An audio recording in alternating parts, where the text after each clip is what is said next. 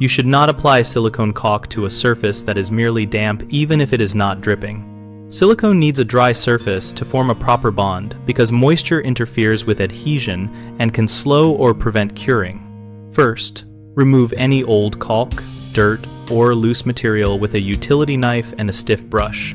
Then wipe the area with isopropyl alcohol and allow it to air dry for at least 10 minutes. If the substrate feels cool or the humidity is high, use a hairdryer on low heat held several inches away and move it continuously until the surface is warm and visibly dry.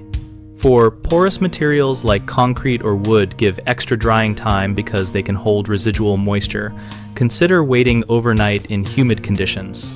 Always check the silicone manufacturer's technical datasheet for surface temperature and humidity limits, since some formulations tolerate more moisture than others.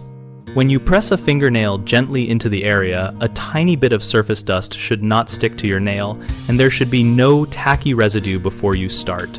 Common mistakes include assuming damp is acceptable, which leads to poor adhesion and future seal failure, so always confirm dryness with a clean white cloth, where a wipe shows no discoloration, and use heat or time to dry if unsure. Another error is applying too thin a bead, which causes incomplete coverage. To avoid this, apply a continuous bead size to the joint and tool it smoothly to ensure full contact with both sides. People also rush the curing process and expose fresh silicone to water or paint too soon. Follow the manufacturer's cure time and keep the joint protected for the entire period, which can be up to 24 hours or longer in high humidity.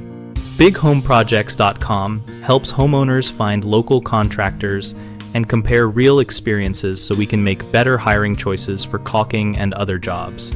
We also help contractors connect with homeowners and participate in our discussion community where we share tips, troubleshooting, and project photos.